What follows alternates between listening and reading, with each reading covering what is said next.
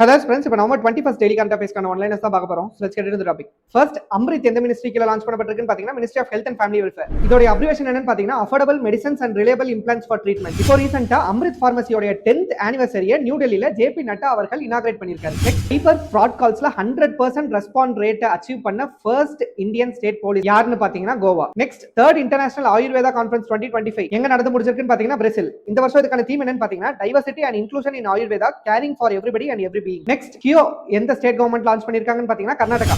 ரொம்பவும் காம்பாக்டான அஃபோர்டபிளான ஆர்டிஃபிஷியல் இன்டெலிஜென்ஸ் இன்பில்ட்டோட மேனுஃபேக்சர் பண்ணப்பட்ட பர்சனல் கம்ப்யூட்டர் தான் இந்த கியோ. நெக்ஸ்ட் ஹார்ன்பில் ஃபெஸ்டிவல் 2025 எங்க நடக்க போகுதுன்னு பாத்தீங்கன்னா நாகாலாந்து. இந்த வருஷம் இந்த ஹார்ன்பில் ஃபெஸ்டிவலோட கண்ட்ரி பார்ட்னரா யார் இருக்காங்கன்னு பாத்தீங்கன்னா யூகே.